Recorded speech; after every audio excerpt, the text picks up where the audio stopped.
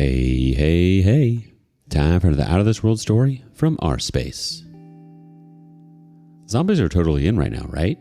Everyone's obsessed with infections that turn people into the Walking Dead. Too bad this story is about a very different kind of infection. One that won't have you hunting brains, but will definitely make you question your life choices. Today on rSpace, this is not the kind of outbreak you want to catch from your spouse. A cheating wife knowingly gave me an STI. I took her to court and left her with nothing. My wife and I, 28 female and 29 male, have been together for 5 years. In that time, we've been through a lot, probably more than what most couples our age have been through. We stuck together through the death of her mom in a period where we lost both of our jobs. It felt like we could make it through anything. One of the toughest things we went through was when I had a brief battle with cancer 3 years ago. It was pretty lucky that we caught it early, and I just needed some surgery to remove a tumor and some radiation. Thanks to the early detection, I was never in any real danger, but it taught me not to play around with my health. If I have a particularly bad headache or a stomach ache that sticks around for too long, I get myself checked out. My wife jokes that I'm a few steps away from being a hypochondriac, but I know I can't afford to take chances with my health. And that brings us to my current medical concerns. I'll spare you the details, but let's just say I knew something was seriously wrong when I started to burn. I immediately booked an appointment, and I was surprised when the results came back and it said that I had chlamydia. I was completely stunned. I hadn't been with anyone apart from my wife in years. That meant that the only way I could have gotten it was from her. I was in denial about it at first. I knew chlamydia was an STI, but I still went online and checked if there were any other ways to get it. There aren't. I went through a dozen different excuses, each one of them flimsy. There was no other explanation. I got it from my wife, and that meant she was cheating on me. The realization left me feeling hurt and hollow. There are a lot of ways to find out that you're being cheated on, and an STI is probably one of the worst. The infection itself wasn't the issue. Sure, it didn't feel great to have, but it's curable, and the treatment is quick. What bothered me was the idea of catching something from her affair partner. It felt like a very disgusting violation. It was like I was forced to be a part of her affair, and I hated how powerless that made me feel. I didn't want to believe it at first, but the proof was right there. I knew for a fact that I hadn't had any sexual contact with any woman apart from her. There was no other explanation for this, even though it felt unlikely to me. I hadn't noticed any signs of infidelity. There was no real loss of affection or a change in her attitude. I couldn't recall any unusual absences. Though she did come home from work a couple hours earlier than I did, that must have been when she would do her cheating, in the 2 to 3 hour period she had when I wasn't home yet. Sex was probably the main thing that could have tipped me off. She'd been completely avoiding getting intimate for the past week. It didn't seem completely weird since she'd always had a lower libido than me, so there were a lot of times when I'd initiate and she just wouldn't be into it. But recently she'd been passing it up completely. Now I knew why. I confronted her the same day. I slammed the papers on the counter in front of her and told her to take a look. She stared at me and asked what they were. I told her to take a look. I'd already circled the relevant part of the results. Something about her lack of surprise told me that she was expecting this, but that didn't stop her from trying to deny it at first. She played dumb and asked where I got it from. I told her that she was the only person I was sleeping with. She'd gotten it from someone and passed it to me. Again, there was barely any reaction. She just said she didn't believe me. She claimed I probably got it from someone else. That was irritating because she was dodging accountability with complete knowledge that she had been having an affair. I wasn't going to play games with her. I told her we both knew it was her. We went back and forth for a few minutes, blaming each other, but eventually she backed down. She said that it was possible that it had been sitting dormant in one of us for years, from her previous relationship. I knew that was crap because I'd already considered that possibility, and a Google search had ruled it out. I knew why she'd backed down. She was guilty, and she was trying to take the easiest way out without admitting guilt.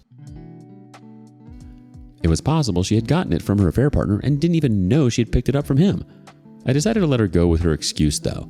I pretended to think about it, and then agreed that it was possible. I even apologized and gave her a kiss on the forehead. We talked about getting her tested and treated as well, but my mind was somewhere else.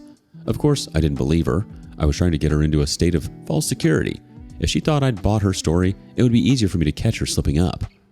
You might wonder why it was so important to me to prove that she was guilty. We both knew the truth after all. I should have just left her and been done with it.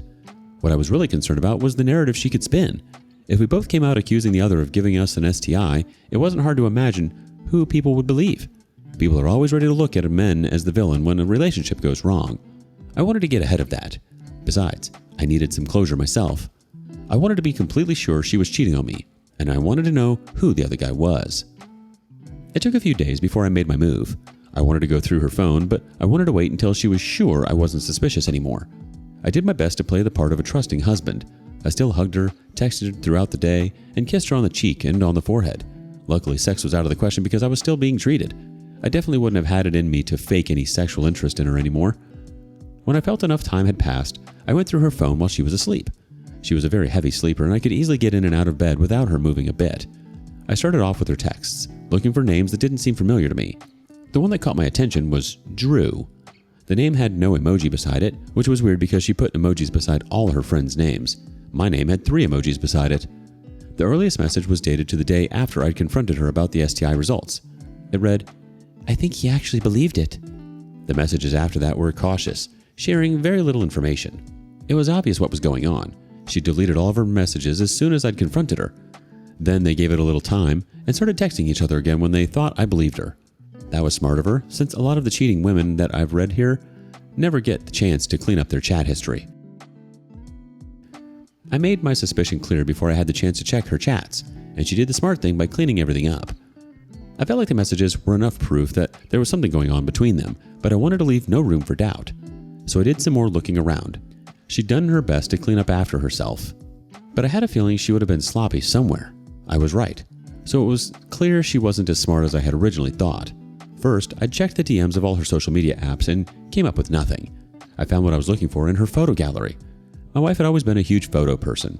She loved taking them, and when we just started dating, she was always asking me to send her selfies. So I had a good feeling that she might have missed a picture or two that she'd taken with Drew. I spent a while scrolling through her gallery without finding anything of interest. When I'd gone back as far as 3 years without finding anything, I suddenly remembered the hidden folder. I remembered that she used to keep the spicy pictures we sent each other in there back when we were dating. She had no reason to use it anymore. As far as I knew, if Drew had sent her any photos, then they were sure to be in there. Fortunately for me, she still used the same code to lock the folder. As soon as I got in, I found all the evidence I needed. It was disgusting. There were dozens of pictures that they'd sent each other, and some that they'd taken together. There were nudes and images of them in the middle of sexual acts. I'd already come to terms with the fact that she was cheating on me, but this just made it more real, in a way that I couldn't handle. I didn't want to see those images, but I couldn't look away either, because they were giving me the ammo that I needed. Seeing the face of the woman I loved doing all of that with someone else was a kind of heartbreak I can't explain. There was the betrayal too. I mean, obviously she cheated on me, but she'd given me a disease too, and tried to flip it on me. I sat there for half an hour, not even caring if she woke up and found me with her phone. I was just trying to process everything. At first I was totally numb, but eventually I was just angry. I knew I couldn't just divorce her and let her walk away. I was going to make sure I hurt her just as much as she'd hurt me. I didn't tell her what I'd found out in the morning. I just kept pretending everything was fine. Meanwhile, I'd backed up every single text to my phone. I'd even saved the images. They were revolting, and I hated the idea that they were even on there. But the rational side of me knew I needed all the defense I could get. After that, I did the next best thing you could do in this sort of situation. I spoke to a lawyer and got started on a divorce. We're in the middle of getting everything ready for a split. I've started moving money from joint accounts and getting an accurate record of what I own. I also got all the digital receipts in order. All of the photos and messages were organized into one place and backed up into 2 separate drives, just to keep everything safe. Preparing for the divorce has been the first time I've felt a real sense of purpose since I discovered the affair. It's made it easier to go through the motions and pretend to still care about her. I'm still dealing with bouts of sadness and loss of motivation, but the idea of making her pay keeps me moving forward. Man, that's seriously rough. Finding out your partner cheated is bad enough, but on top of that, she went and gave you an STI? And then the, "It's been dormant for years" line? Yeah, okay. Nobody should ever have to deal with that kind of violation from the person who's supposed to have their back. You deserve better than someone who risks your health without a second thought. Update. While I was getting ready for the divorce, I made another discovery that completely changed everything. Some people claimed my wife might not have known that she had a disease when she spread it to me. While it's certainly possible that she was asymptomatic, it doesn't change the fact that she was still cheating on me. People on this site will bend over backwards to justify the cheater sometimes. It blows my mind. Anyway, none of that matters, and it's all because of what I found while I was going through her email one night. I was still looking for messages between her and Drew when I had the idea to check her email. That's where I found an email with the subject line, "Your lab results are ready." It was from a local health clinic. I didn't know what to expect, but when I checked it, I saw there was a PDF attached. It was a lab result, and it was positive for chlamydia. The email dated back 3 weeks before I discovered my own result. That was the moment I snapped. She knew the whole time. She knew she had it. She knew she could infect me and still went ahead to sleep with me anyway. There was no warning and no attempt to protect me. Instead, she'd even accused me of being the one to bring it into our relationship. That was it for me. I'd wanted to wait until the divorce papers were ready, but I had enough. I shook her awake and told her to explain the email. The first thing she said was, "You went through my phone?" I told her that I'd been going through her phone for a while now, and I knew all about the affair. She sat up in bed and immediately started apologizing. She had lost the moral high ground she wanted to take in the blink of an eye, and now she was groveling. She said she didn't know what to say. He was a guy she met at work, and they never intended for it to be an ongoing thing. It was a single mistake that snowballed from there. I cut her off and told her that I didn't care about her excuses. I'd come to terms with her infidelity a while ago, and I didn't trust a word out of her mouth. But the lab result had taken things too far. She'd known that she had a disease and that she could have spread it to me, and she didn't say a word. She started crying then, saying that she'd kept it from me because she wanted to protect me. I said she had a great idea about what protection was, deliberately infecting me with a disease. I felt very safe and protected. Ironically, as I'm writing this, I realized that if she really wanted to protect me, she'd have worn protection while sleeping with her affair partner. She was taking big gasps while she cried, and I found it infuriating. I wanted to shout at her to stop crying. She didn't have anything to cry about yet.